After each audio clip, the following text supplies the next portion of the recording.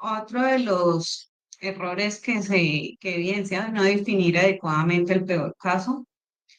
Hacen una selección inadecuada de productos, seleccionan productos fáciles de limpiar o condiciones óptimas que no representan la dificultad real.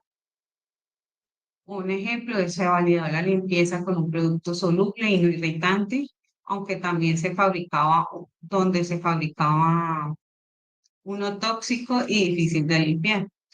La validación no era representativa. Como solución, lo ideal es seleccionar el producto más difícil de limpiar, considerar el producto más tóxico y menos soluble, validar bajo las condiciones más desafiantes, peor producto, peor equipo, peor método. Y pues aquí al realizar esta matriz, sugiero utilizar mucho lo que es el capítulo de la USP de solubilidad de los principios activos. Nos ayuda mucho a generar esa escala y considerar la dificultad de limpieza. En este punto, es bueno no solo ir y preguntarle a los operarios cuál es más difícil de limpiar, sino también dejar como esa encuesta o ese soporte de que se fue y ese fue que ese fue el resultado que nos dieron los operarios.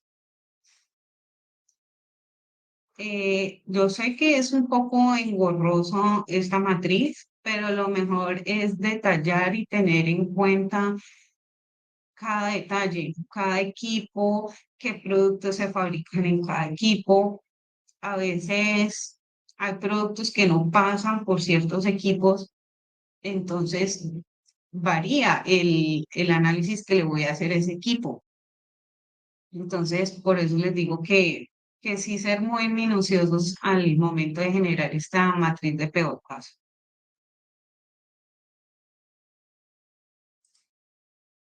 Otro error que se ha visto es la cantidad de muestras insuficientes o tipo de muestreo inadecuado.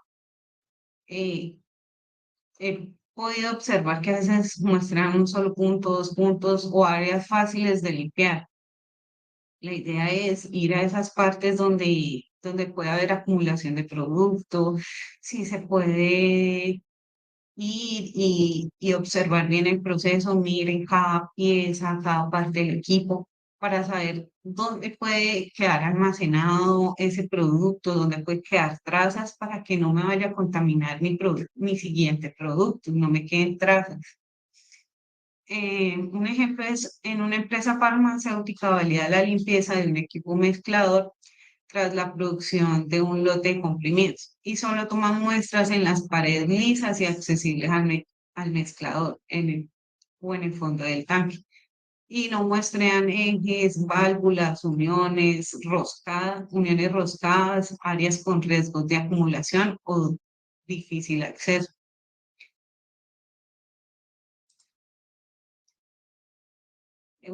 Una solución es realizar muestreos en puntos críticos, zonas difíciles de limpiar.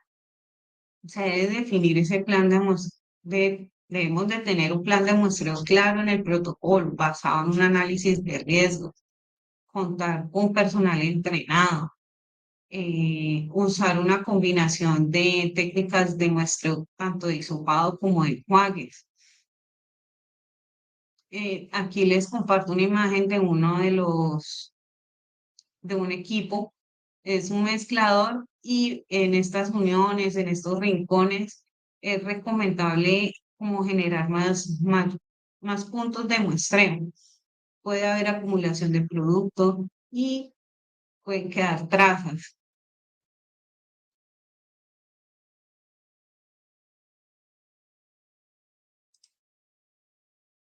Otro de los errores que he visto frecuentemente es métodos analíticos deficientes o incompletos, o a veces no evaluamos. Primero realizamos los límites, hacemos los cálculos y luego sí miramos de último dejamos el método analítico y ese tenemos que tenerlo muy presente. Un ejemplo es que se utiliza un método por HPLC para detectar restos de ingrediente activo, pero nunca se evaluó el porcentaje de recuperación real del compuesto desde la superficie o de la solución de enjuague. y no se fijaron en los límites de detección y de cuantificación definidos en el método.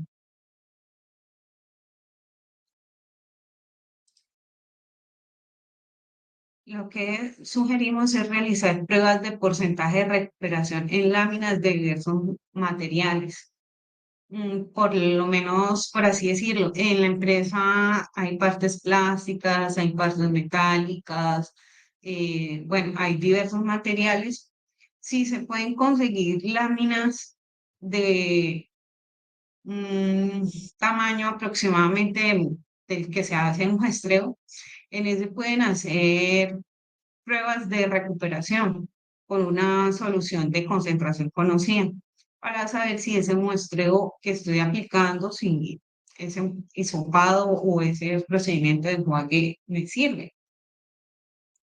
Verificar que el método analítico validado permite cuantificar el residuo por debajo de la especificación. Tener claro cuáles son los límites de detección y de cuantificación definidos y tener en cuenta el capítulo 1225 de la USP, que es el que me indica el paso a paso de estos métodos analíticos, que la idea es que esté completo. Una vez se realizó la limpieza, la empresa no tenía un laboratorio interno y se envió a realizar las pruebas en un laboratorio externo y no se había tenido en cuenta los límites de detección y límites de cuantificación cuando nos llegan los resultados y ya no sabíamos cómo determinar, cómo cuantificar esas trazas o entender esos resultados. Entonces sí sería como tener esta parte clara y hablar con ese laboratorio, ya sea externo o interno, y para saber si esa metodología me sirve.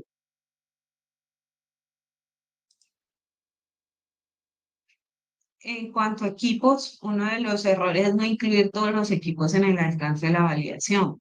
Un ejemplo es validaron los tanques de mezcla, pero olvidaron incluir mangueras y filtros que también transportan el producto. La idea de validar es tener en cuenta todos esos accesorios de los equipos. Eh, digamos, en el área de pesaje muchas veces se suele olvidar las cucharas o las palas con las que se hace la dispensación. Entonces, es incluir esas partes pequeñitas, pero que también pero que también tienen contacto con el producto. La idea es realizar un mapeo completo de equipos, partes y utensilios. Utilizar todos los componentes en el protocolo de la validación, dejarlos todos ahí listados o realizar un checklist y dejarlo adjunto en ese protocolo de validación. Y pues lo mejor es visitar y evaluar el proceso de manufactura, pues ir varias veces antes de realizar ese proceso de validación y rectificar todo ese paso a paso y mirar bien también el proceso productivo antes de realizar ese proceso de limpieza.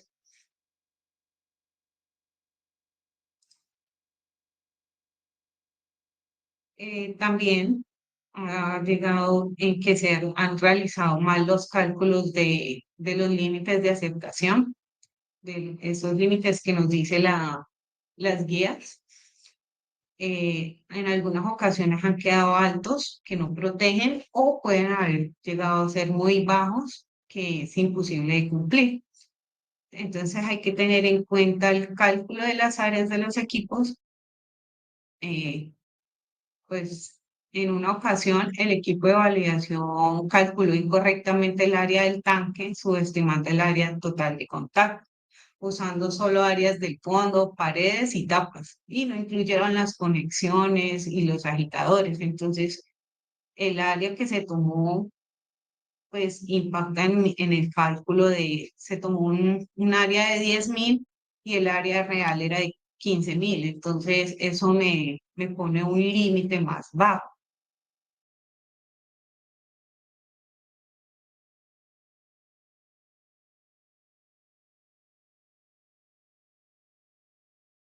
La idea es que como solución es que los cálculos también sean realizados por otras áreas, como el área de calidad o el área de toxicología.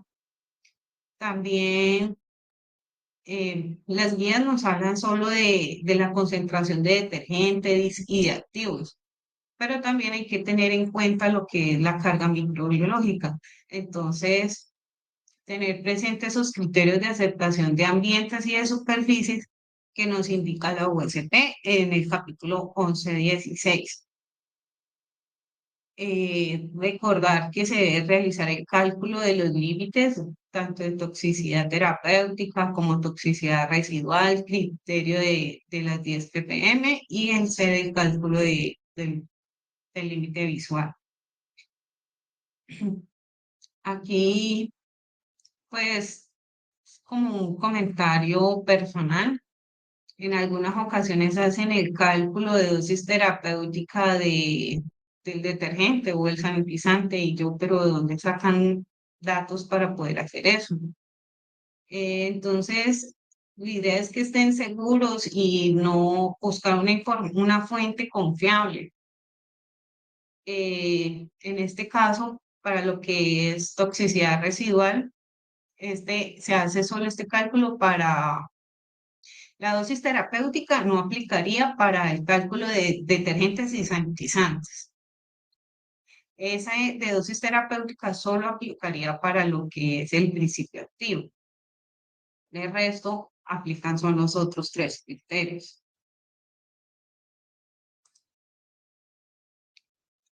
Otro error es que no se realizan validaciones periódicas y asumen que la validación inicial es para siempre, lo cual puede llevar a la omisión de cambios en productos y equipos.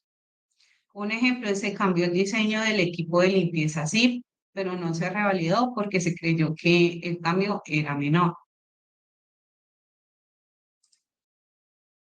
La solución es definir un plan de revalidación basado en cambios de productos, de procesos y realizar auditorías o investigaciones que identifiquen riesgos. O sea, cualquier cambio puede afectar la validación. La idea es hacer ese análisis y identificar si me afecta o no la validación.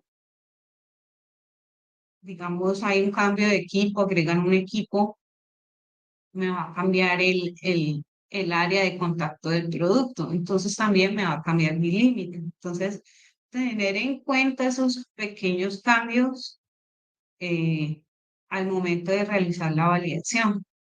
Y esas revisiones periódicas es recomendado hacerlas, dado que a veces ocurren cambios y se determina que es un cambio menor, pero pues en las revisiones se puede dar uno cuenta de que a veces no era tan menor o que sí me afectó de X o de Y forma. Bueno, en este momento Arturo nos va a ayudar, les va a hacer otra pregunta antes de seguir con la presentación.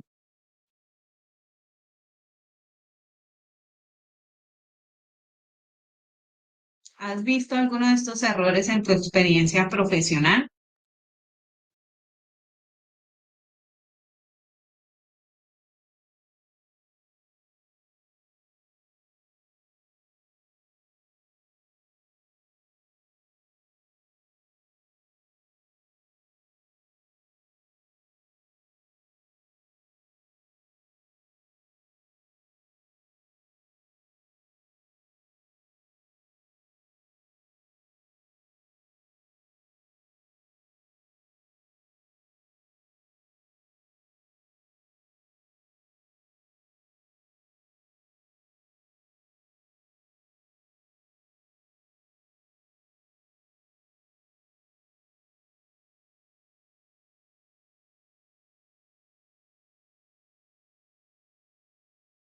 Bueno,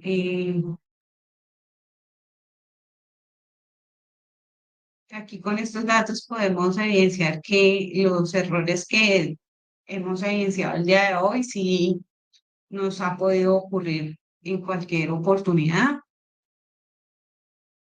y pues que son para tenerlos en cuenta al momento de realizar la validación de limpieza. Arturo, ¿podemos continuar?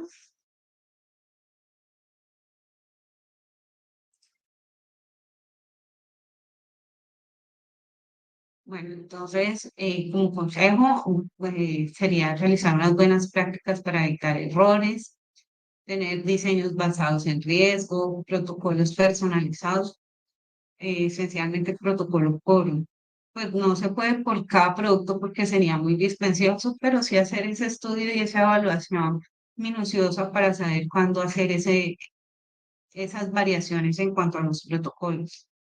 Realizar capacitación continua al personal. A veces el personal hay que estar retroalimentando para que no ocurra en errores y sí realizar ese monitoreo y mejora constante para tener presente si ocurren cambios o no, o si se debe realizar una revalidación o no.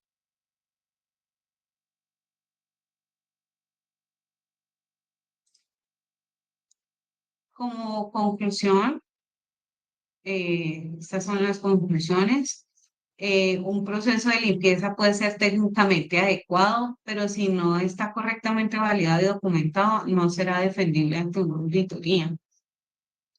La mayoría de los errores en validación de limpieza son evitables. Una adecuada planificación, el uso de criterios científicos y la aplicación del enfoque basado en riesgos permiten minimizar esos fallos críticos. La documentación es tan importante como la ejecución. Un protocolo incompleto, reportes sin trazabilidad o ausencia de firmas son fallos que comprometen la integridad del proceso y o me pueden llegar hasta invalidar el proceso de limpieza. Una validación sólida protege al usuario, a la empresa y al producto. Por lo tanto, prevenir hallazgos y no solo que ahorra costos, sino que fortalece la reputación y confianza en la organización. Antes de terminar, me gustaría realizarles otra pregunta. ¿Nos ayudas, Arturo, por favor? Después de este webinar, ¿te sientes más preparado para identificar errores en la validación de limpieza?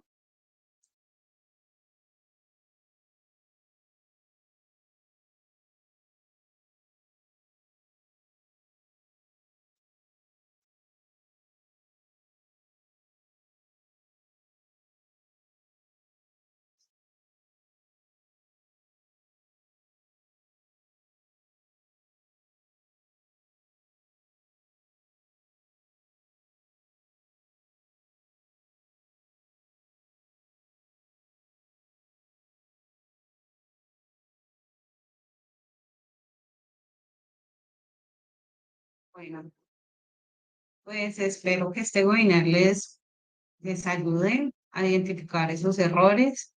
Si ustedes nos pueden continuar con abrir otro espacio de preguntas. Arturo, si nos puedes colaborar, por favor, ya para dar cierre al webinar. Sí, claro. ¿Tienen algunas otras inquietudes que les podamos responder?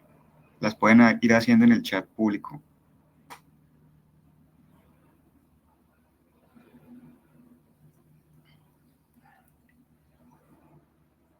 Hay una pregunta que hizo Rudiar. Dice, en caso de productos sanitarios en Perú llamados dispositivos médicos, tengo productos en función a un mismo material y en el producto solo varían en medidas. Entonces, aquí puedo desestimar evaluar aspectos de trazas físico-químicas y solo evaluar la parte microbiológica. Y en este último, ¿cómo lo diferencio de un control microbiológico ambiental de rutina? Agrego más puntos. Trabajo en dos condiciones de operación y sin personal. Por favor, su punto de vista. Eh, en cuanto a que si es el mismo producto y solo varía en cuanto a cantidad o en cuanto a cantidad, en cuanto al empaque, sí solo sería realizar una validación. Pero, pues qué pena, Arturo, no. tengo como todo el contexto de la pregunta. ¿La Si leo de gusta, nuevo o la respondemos después? le damos respuesta después. Ah, listo. ¿Cuáles criterios de aceptación tengo en cuenta para definir el límite de aceptación del detergente? Debes de hacer los cálculos. ¿Me la lees nuevamente, por favor, Arturo? Sí, claro. ¿Cuáles criterios de aceptación tengo en cuenta para definir el límite de aceptación del detergente? Bueno, hay una norma técnica que me ayuda, que nos dicen qué parámetros evaluará el detergente. No, no sé si estaba orientada hacia esa parte. ¿Se puede realizar mediciones estimadas o lo más apropiadas posibles en caso de equipos de difícil acceso? Ejemplos, reactores. Estos son de gran volumen y para medir cada una de las partes por donde pasa el producto, tocaría desarmar el equipo. ¿Es posible una estimación? Pues lo ideal es que sea lo más real, la medida lo más real posible. Por eso les comentaba dentro de la presentación que es aprovechar esos momentos donde realizan ese paro o ese cambio de producto, ese paro para realizar limpiezas, que ahí es donde desarman los equipos, aprovechar esos espacios para tomar las medidas. Es una de las recomendaciones. Lo ideal es que sea lo más real posible, que el dato sea lo más real. Otra dice, en caso de que mi producto, peor caso producto A, pase por la línea A con equipos 1, 2, 3, pero quedan por fuera equipos 4, 5, 6, realizó nuevamente el análisis para determinar peor caso A2 y veo que ese producto A2 pasa por equipos 1, 4, 5, 6. Mi pregunta es, ya que mis dos peores casos pasan por el equipo 1, ¿cuál sería las trazas que debería analizar del producto A o A2? ¿Ambos? Yo sugiero realizar ambos. Mm, pero si, digamos, el A1 es es peor caso que el A2, en ese primer equipo me iría solo con me podría ir solo con el A1, si ese es peor caso que A2. Para el límite de aceptación de detergente, ¿qué criterios son correctos tomar en cuenta? ¿Me la puedes leer nuevamente, Arturo? Y con esta ya haríamos cierre. Sí.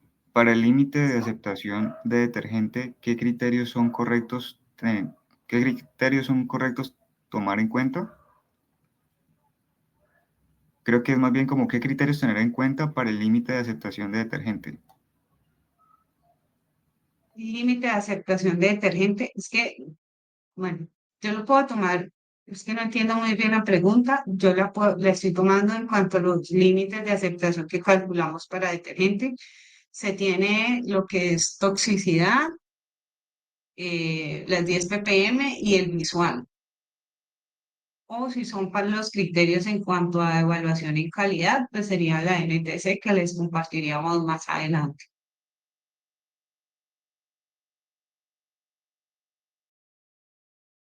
Listo, pues yo creo que eso es todo por hoy. Muchas gracias por estar con nosotros, por participar de este webinar.